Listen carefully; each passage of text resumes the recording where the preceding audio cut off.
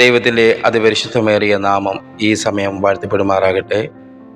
AGM for Christ media എന്ന ഈ YouTube ചാനലിലൂടെ അല്പസമയം ദൈവത്തിൻ്റെ വചനം ഷെയർ ചെയ്യുവാൻ കിട്ടിയ അവസരം ദൈവസന്നിധിയിൽ ഭാഗ്യമുള്ളതായി കരുതുന്നു.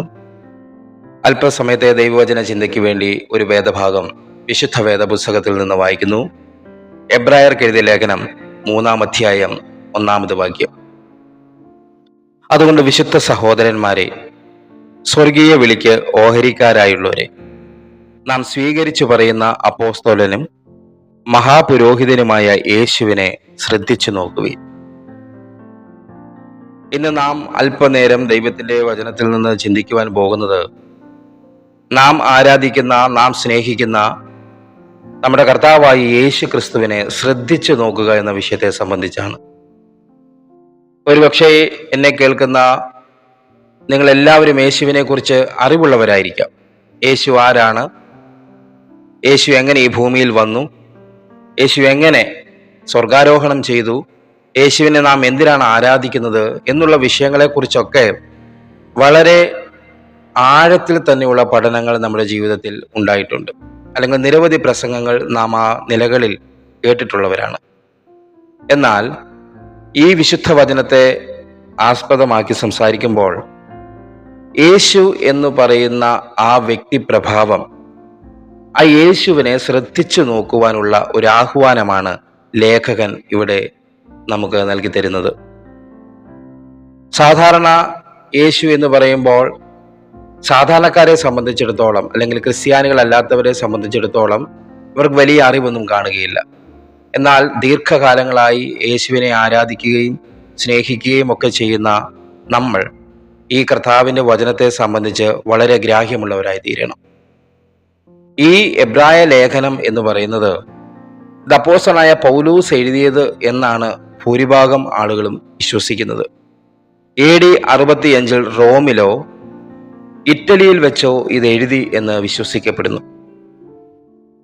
ഇത് എഴുതാനുണ്ടായ പശ്ചാത്തലം വ്യക്തമായി ഇത് വായിക്കുമ്പോൾ നമുക്ക് മനസ്സിലാക്കുവാൻ കഴിയുന്നത്, ഒരു കൂട്ടം എബ്രായ ക്രിസ്ത്യാനികൾ യേശുവിനെ രക്ഷിതാവായി സ്വീകരിച്ച ശേഷം അവർ തിരിച്ച് അവരുടെ തന്നെ പഴയ ആചാരങ്ങളിലേക്കും അനുഷ്ഠാനങ്ങളിലേക്കും മടങ്ങിപ്പോകുന്നതിനുള്ള ഒരു ആഗ്രഹം അവരുടെ മനസ്സിലുണ്ടായി.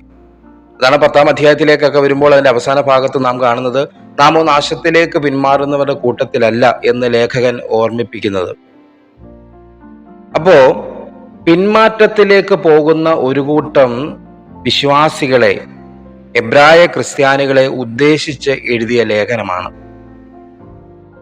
1 മുതൽ 13 വരെയുള്ള അധ്യായങ്ങളിൽ യേശു ക്രിസ്തുവിന്റെ ശ്രേഷ്ഠത എന്ന വിഷയത്തെ സംബന്ധിച്ചാണ് നമുക്ക് കാണുവാൻ കഴിയുന്നത്. 1 മുതൽ 4 വരെയുള്ള അധ്യായങ്ങൾ ക്രിസ്തു എന്ന വ്യക്തിയുടെ ശ്രേഷ്ഠത നമുക്ക് മനസ്സിലാക്കുവാൻ കഴിയും. 5 മുതൽ 10 വരെയുള്ള അധ്യായങ്ങൾ ക്രിസ്തുവിന്റെ പൗരോഹിത്യത്തിന്റെ ശ്രേഷ്ഠതയാണ് മനസ്സിലാക്കുവാൻ കഴിയുന്നത്. 11 മുതൽ 13 വരെയുള്ള അധ്യായങ്ങൾ ക്രിസ്തുവിന്റെ ശക്തിയുടെ ശ്രേഷ്ഠതയാണ് നമുക്ക് മനസ്സിലാക്കുവാൻ കഴിയുന്നത്. ഇതിൽ 1, 2, 3 അധ്യായങ്ങൾ ആസ്പദമാക്കിയാണ് അല്പനേരം ഞാൻ സംസാരിക്കുവാൻ ആഗ്രഹിക്കുന്നത്. ലേഖകൻ നമ്മോട് പറയുകയാണ്, യേശുവിനെ എങ്ങനെ നോക്കണം? ശ്രദ്ധിച്ചു നോക്കണം. ഇതുവരെ നമുക്ക് അങ്ങനെ യേശുവിനെ ശ്രദ്ധിച്ചു നോക്കുവാൻ കഴിഞ്ഞിട്ടില്ല എങ്കിൽ ഈ വചനം ഈ ചാനലിലൂടെ നിങ്ങൾ കേട്ടുകൊണ്ടിരിക്കുമ്പോൾ നിങ്ങൾ വിശ്വസിച്ച യേശുവിനെ, അല്ലെങ്കിൽ നാം വിശ്വസിച്ച യേശുവിനെ, നമ്മുടെ രക്ഷകനെന്ന് നാം വിശ്വസിച്ച യേശുവിനെ നാം ഒന്ന് ശ്രദ്ധിച്ചു നോക്കുവാൻ ഇടയായി തീരണം.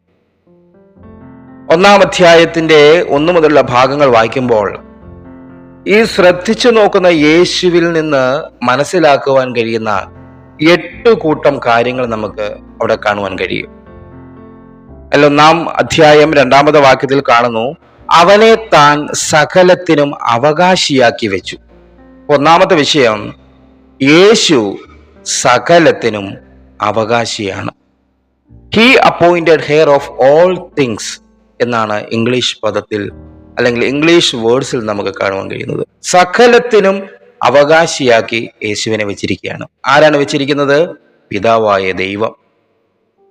അപ്പോൾ പിതാവായ ദൈവം യേശുവിനെ നാം ശ്രദ്ധിച്ചു നോക്കുമ്പോൾ നമുക്ക് കാണുവാൻ കഴിയുന്ന ഒന്നാമത്തെ യേശുവിൻ്റെ ഒരു ഗുണമാണ്, അല്ലെങ്കിൽ യേശുവിൻ്റെ ഒരു പ്രത്യേകതയാണ്, അവൻ സകലത്തിനും അവകാശിയായ ദൈവമാണ്. സകലത്തിനും അവകാശിയാക്കി വെച്ചു. അതിൻ്റെ അടുത്ത രണ്ടാമത്തെ ഭാഗം കാണുമ്പോൾ മനസ്സിലാക്കുവാൻ കഴിയുന്നു, അവൻ മുഖാന്തരം ലോകത്തെയും ഉണ്ടാക്കി. പിതാവായ ഈ ദൈവം ഈ ലോകത്തെ ഉണ്ടാക്കിയത് കർത്താവായ യേശുക്രിസ്തു നിമിത്തമാണ് എന്ന് ബൈബിൾ നമ്മെ പഠിപ്പിക്കുന്നു. God made the world because of him. കർത്താവായ യേശുക്രിസ്തു മുഖാന്തരമാണ് അവൻ ഈ ലോകത്തെ ഉണ്ടാക്കിയത്. അതാണ് രണ്ടാമത്തെ പ്രധാനപ്പെട്ട വിഷയം. മൂന്നാമത് വരുമ്പോൾ കാണുവാൻ കഴിയുന്നു, അവന്റെ തേജസ്സിന്റെ പ്രഭയാണ്. തേജസ്സിന്റെ പ്രഭ എന്ന് പറഞ്ഞാൽ he is the radiance of his glory. ദൈവത്തിന്റെ തേജസ്സിന്റെ പ്രഭയാണ് കർത്താവായ യേശുക്രിസ്തു. ക്രിസ്തുവിൽ വിശ്വസിക്കുന്ന ഭൂരിഭാഗം ക്രിസ്ത്യാനികളും വിശ്വസിക്കുന്നത് തൃത്വം എന്ന് പറയുന്ന ഒരു ആശയത്തിലാണ്. പിതാവ്, പുത്രൻ, പരിശുദ്ധാത്മാവ്, ത്രിയേക ദൈവം എന്ന് പറയുന്ന ഒരു ആശയം ബൈബിളിൽ നമുക്ക് മനസ്സിലാക്കുവാൻ കഴിയും. ഇവിടെ മൂന്നാമത്തെ യേശുവിന്റെ ഗുണമായി ലേഖകനും പരിശുദ്ധാത്മാവിൽ ചൂണ്ടിക്കാണിക്കുന്നത് he is the radiance of his glory. ദൈവത്തിന്റെ തേജസ്സിന്റെ പ്രഭയാണ് കർത്താവായ യേശുക്രിസ്തു. നാം ആകാശത്തേക്ക് നോക്കുമ്പോൾ സൂര്യനെ നമുക്ക് നട്ട് ഉച്ചയ്ക്ക്, അല്ലെങ്കിൽ ഉദിച്ചു വരുന്ന സൂര്യനെയോ അല്ലെങ്കിൽ അസ്തമിക്കുന്ന സൂര്യനെ ഒരു പക്ഷേ നമുക്ക് നോക്കി കാണാൻ കഴിഞ്ഞെന്ന് വന്നേക്കാം. എന്നാൽ വളരെ ശക്തിയോടെ പ്രകാശിച്ചു നിൽക്കുന്ന ഒരു സൂര്യനെ നമുക്ക് കാണുവാൻ കഴിയില്ല. എന്നാൽ ആ സൂര്യന്റെ പ്രഭ, അതിന്റെ തേജസ് അതിന്റെ ചുറ്റും നമുക്ക് കാണുവാൻ കഴിയും. ഇപ്പൊ കർത്താവായ യേശു ക്രിസ്തു അതുപോലെയാണെന്നാണ് പറഞ്ഞിരിക്കുന്നത്. ആ സൂര്യന്റെ പ്രഭ പോലെ സൂര്യനെ വലയം ചെയ്ത് കാണുന്ന ആ കൊറോണ എന്ന് പറയുന്ന ഭാഗം അവിടെ നമുക്ക് കാണുവാൻ കഴിയും. അവിടെ ഒരു പ്രഭയുണ്ട്, സൂര്യൻ ജ്വലിച്ചു നിൽക്കുന്ന ഒരു പ്രഭയുണ്ട്. ആ പ്രഭയാണ് ശരിക്കും അതിന്റെ അന്തസത്ത എന്ന് പറയുന്നത്.